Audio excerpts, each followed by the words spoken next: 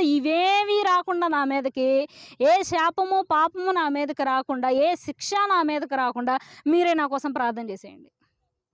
అప్పుడు నేను హ్యాపీగా ఉంటా. నాకేం తగలదు. ఇప్పట్లో చాలామంది చూస్తే అదే ఉంటది మెయిన్. ఏమని ప్రతి ఒక్కళ్ళు వస్తారు పాస్టర్ గారి దగ్గరికి, తన సమస్య చెప్పుకుంటారు. ఇక పాస్టర్ గారికి చెప్తే ఇంక అయిపోయింది, సాల్వ్ నా ప్రాబ్లమ్ అంటారు. చెప్పకూడదని నేను అనట్లేదు. పాస్టర్ గారికి చెప్పాలి. కానీ నీవు కూడా ప్రార్థన చేయాలి. నీకు ఆకలేస్తుంటే పక్కన వాళ్ళ ఆహారం తింటే నీ ఆకలి తీరిపోయిద్దా? నీ కష్టానికి ఫలితం వచ్చేస్తదా? రాదు కదా!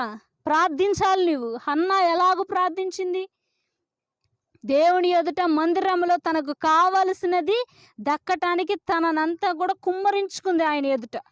కానీ నీవేం చేస్తున్నావు ఈ రోజున? నీ యొక్క సమస్య ఒక పాస్టర్ గారికి చెప్తే అయిపోతుంది, నా ఇరుగు పొరుగు వారితో చెప్తే తీరిపోతుంది ఈ సమస్య అని నీవు అనుకుంటున్నావు. కానీ దేవుని మాత్రం లక్ష్య పెట్టట్లేదు.